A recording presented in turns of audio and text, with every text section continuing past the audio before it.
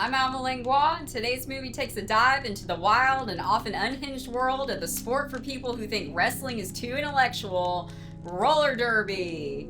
Roller derby is a huge sport in my home state of Texas, and you think a sport based around beating up other girls and choreographed over-the-top violence would have been right up my alley. But I'll tell you the truth, I never really liked roller skating. I thought all that time spent faceplanting or falling on my butt was time better spent watching movies. But if I had known about today's movie in my formative years, it might have changed my mind. It's the inspirational story of Karen Walker, an angry young woman with no respect for rules or authority who rises to roller derby stardom. Watching this reminds me of why those middle school teachers wanted to keep me off the field hockey team. Oh yeah. Knock it off!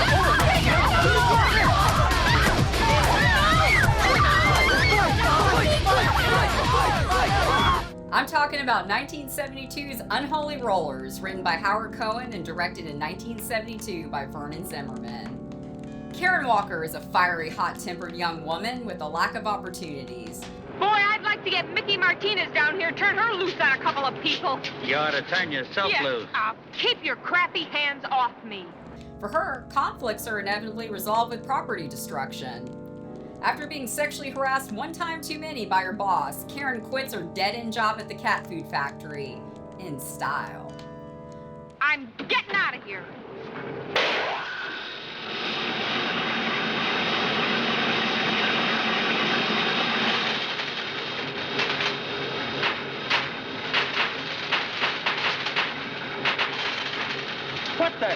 What the hell is this, huh?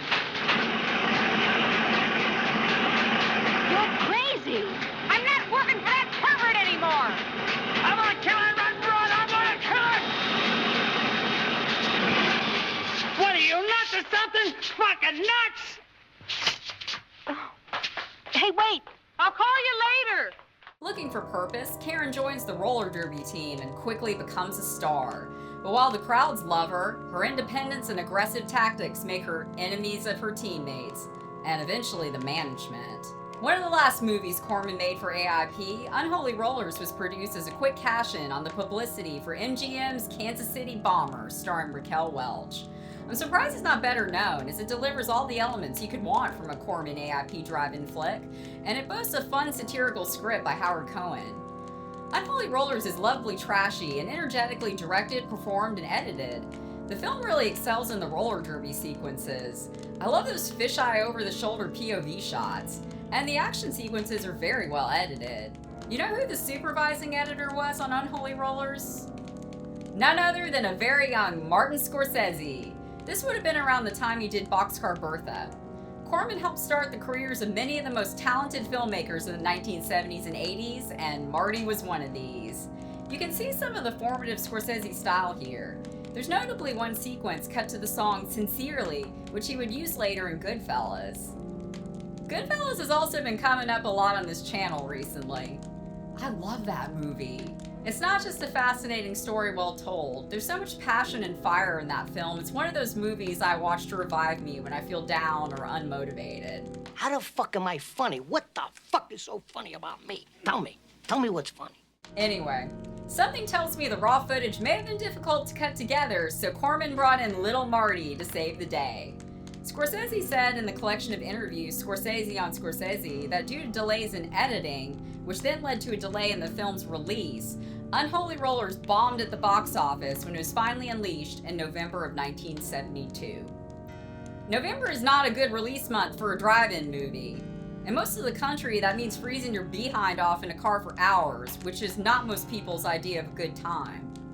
I'd still do it if the movie is worth it. But then again, some people think I'm criminally insane. Just because we're pretty, everybody's jealous. I also love the use of 50s rock and roll and doo-wop on the soundtrack. I don't know if he was the one creatively responsible, but that was something else that would later become a Scorsese trademark.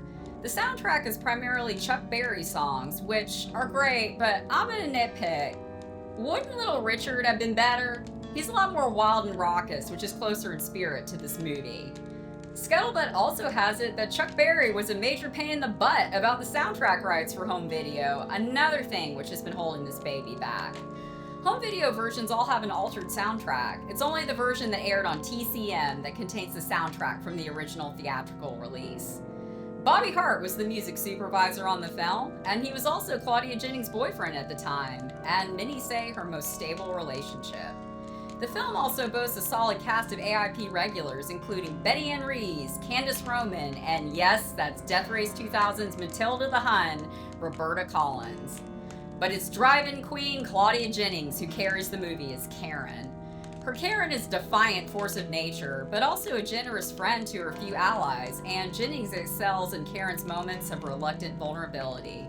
Karen's a woman who's had to be tough to survive. She's erected an armor of ballsy fortitude, and her impulsive rage is a defense against all the people who are all too willing to stomp on her. Takeout magazine said of Jennings' performance, her characterization of a woman so angry that she becomes, in some strange way, an all-avenging Kali figure is fascinating. Claudia Jennings was born Mary Eileen Chesterton, Mimi to her friends and family, in St. Paul, Minnesota, the eldest of 3 girls. Her father worked in advertising, and her mother was a college professor. The family relocated a few times around the Midwest before finally settling in Evanston, Illinois, in the Chicago suburbs for her high school years. Her classmates recall her as a sweet, friendly, down-to-earth person. In a Chicago Reader article written by a former classmate, he says of teenage Jennings, she was a cheerleader, but also a National Merit Scholar. She dated college men, but was approachable by tongue-tied schoolboys. She was equally friendly to nerds and jocks, academic overachievers and drug dealers, the in crowd and the outcasts.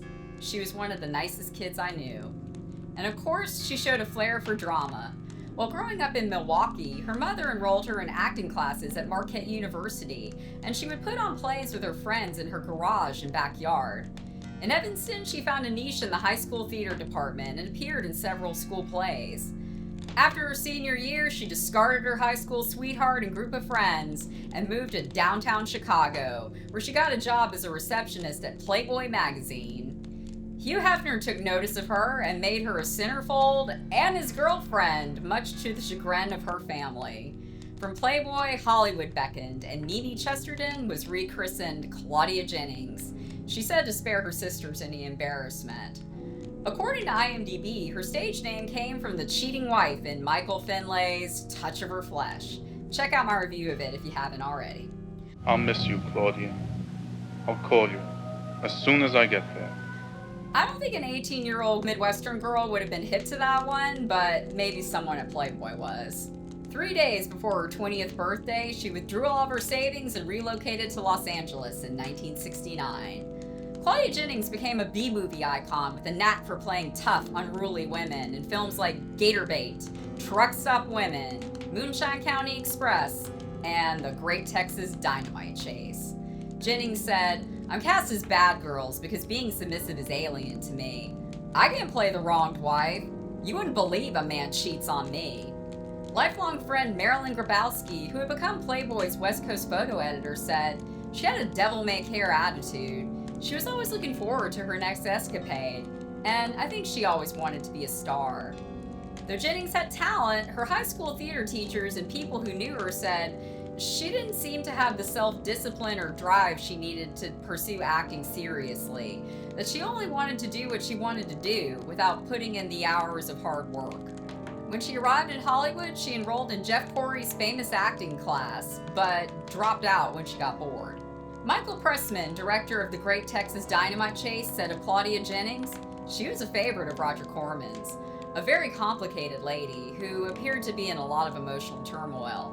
I knew she had problems, and I could tell that she had all these defenses, and she was going through a lot personally. But basically, she was up for the fun of making a movie."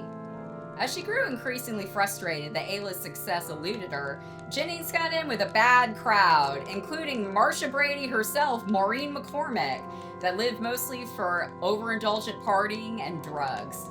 Her 5-year relationship with Bobby Hart also ended due to scheduling conflicts with Hart's career and Jennings' increased drug use. Her agent, Michael Greenfield, said, "Claudia had a great guy in Bobby Hart. He couldn't have been more supportive. He let her do her own thing. He was a terrific person, and if anything, he was too good for her."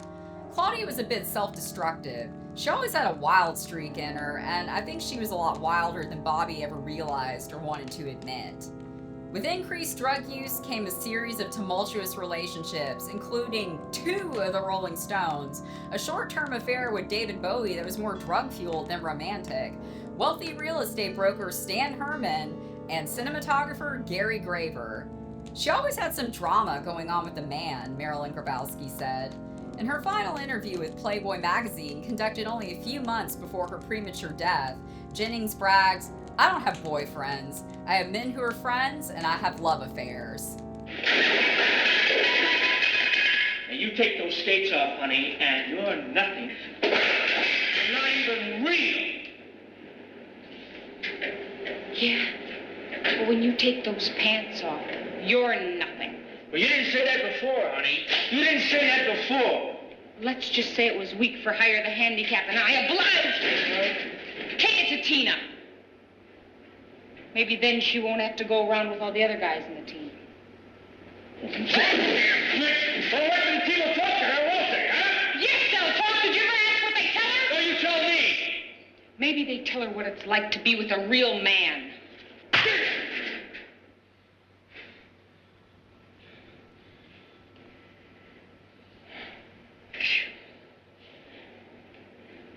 Man, you even fight like a girl. Don't try me, baby. Don't try me.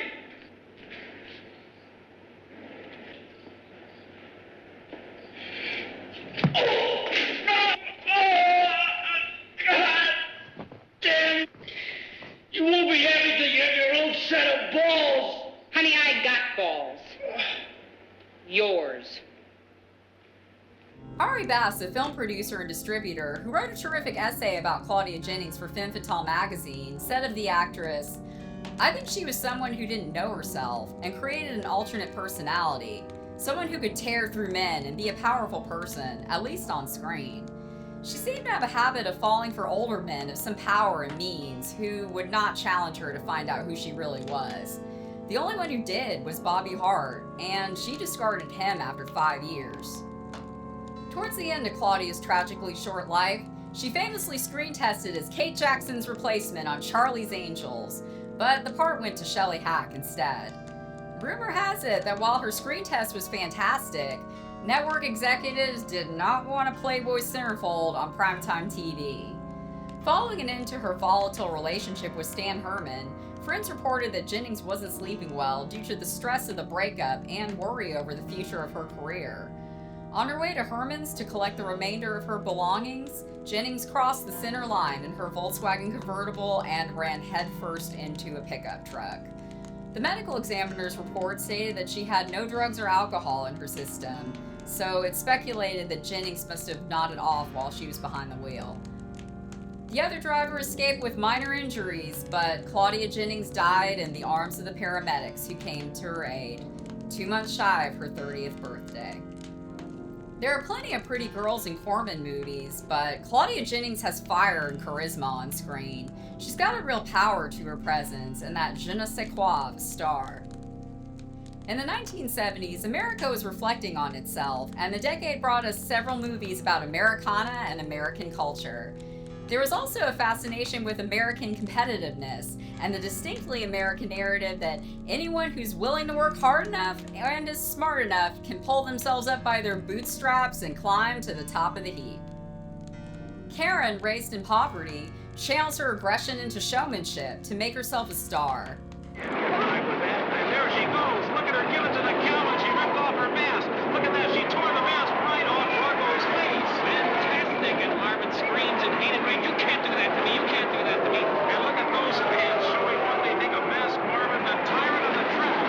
Karen Walker holding up the mask and triumphant tour of their arena, holding up Margot's mask, a victory souvenir. Baby Rocco, the big beef goes moo, moo, moo, boo, hoo, hoo. Certainly a slap in the face to mild-tempered Horace McKay. Take off your mask, you foul man. Look at those fans. They love it. And there she is, Karen Walker, flaunting that mask. You see? You see what I mean about showmanship? That's why I'm the boss. I know about showmanship. That's why you're just my son-in-law. You don't know nothing about showmanship. Now that on. Oh, she knows about showmanship. Her rapid success earns her the ire of her teammates, who are all viciously fighting for the same precarious position. What's your problem? They think they're gonna make that new kid a star overnight. They're gonna have to deal with me first. Stern can do anything he wants to. Now, you got 10 seconds to get back in there. To hell with it. You better get going, or you're gonna pick up your unemployment in a wheelchair. But the game is ultimately rigged. Karen is self-made, but Stern, the owner of the team, can make her or break her. Ultimately, the game, and the players who will be elevated, are orchestrated by Stern, and whoever the invisible people pulling his strings are up the ladder. I'm Blade. We better think of something to put a little fire in this game. All right, what do you want to do? Look, go down to the Voice of America. Tell them to keep pushing Karen, Karen, Karen, Karen. Now you're talking. I'm talking, but you're not listening. Go! Not to mention the whims of the advertisers. This is emphasized by the barrage of ridiculous satirical ads rattled off in the breathless sportscaster's commentary. Say, girls, do you know that your favorite skating star is probably wearing a Billy Joe Klingawig, the wig that stays put, made of miracle mylar. They are fire-resistant and attractive. The Klingawig can be seen at Ginch Hardware in National City next to the bus station. What do you think? Roller derby in the film is a spectacle sport where all the violence is staged, as are the stars, the winners, and the losers. It's not so much about what the public wants, they want what they're told to want. The 1970s was also the decade of the underdog, and it brought us many films about the individual versus the system. Rebellion within the confines of the system is permitted, but any rebellion that poses an actual threat to its rules or structure will promptly be stomped out, or the rebel will be tamed and ultimately reabsorbed into the system. Karen is not a team player. She's too much of a loose cannon, too independent, and ultimately too unpredictable. You did a real good job for your first night. Now, what's that supposed to mean? You just want to stick a little closer to the game plan is all. And do what you're told. You'll keep your job longer. And get a little more meat on those bones. The same attributes that make her a star with fans make her unable to survive within the system. Vernon Zimmerman, in an interview, said he was inspired by the psychotic anti-heroine in 1949's Gun Crazy, stating, "What I really wanted to make was Gun Crazy on wheels." Karen ultimately refuses to be a cog in the machine, to be beholden to advertisers or anyone who attempts to exert control over her. Rather than become a tool or a victim of it, Karen, defiant to the very end, responds with anarchic destruction. The film could also be read as an allegory for working in the film business, where talent and showmanship may get you noticed, but ultimately it's the money people who are pulling all the strings. Shit, why don't you work like a normal person, huh? Because I'm not a normal person. Oh, yeah? I'm a star. Many people who worked for Corman went on to successful A-list careers in Hollywood, but Howard Cohen was one of those guys who wanted to keep working for Roger Corman, continuing their association into 1990. Cohen also wrote the screenplay for Young Nurses, as well as the shot in the Philippines Vampire Hookers, which I guess any guy who bookends a movie with a Vic Diaz fart joke is alright with me. He also did some work writing for children's programming with Rainbow Bright and the Care Bears, and moved into the director's chair for Saturday the 14th. Vernon Zimmerman, before Unholy Rollers, directed one other feature film, co-written with the young Terrence Malick, Deadhead Miles. He's probably most famous among genre fans for writing and directing Fade to Black. He also wrote the screenplays for Bobby Joe and the Outlaw and Teen Witch. There were a few other roller derby flicks in the era, but it didn't really take off as a subgenre the way nurse and stewardess movies did. There's a book by Joe R. Lansdale I love that I think may have been inspired by Unholy Rollers, about an East Texas teenage girl with a hot temper who learns to channel her anger into the roller derby rink, Fender Lizards. It's hilarious and heartwarming, so check it out. And speaking of East Texas, join me next time for my favorite film of East Texas's greatest auteur, SF Brown Rig. We already know not to look in the basement. I'm talking don't open the door. But until then, stay sick.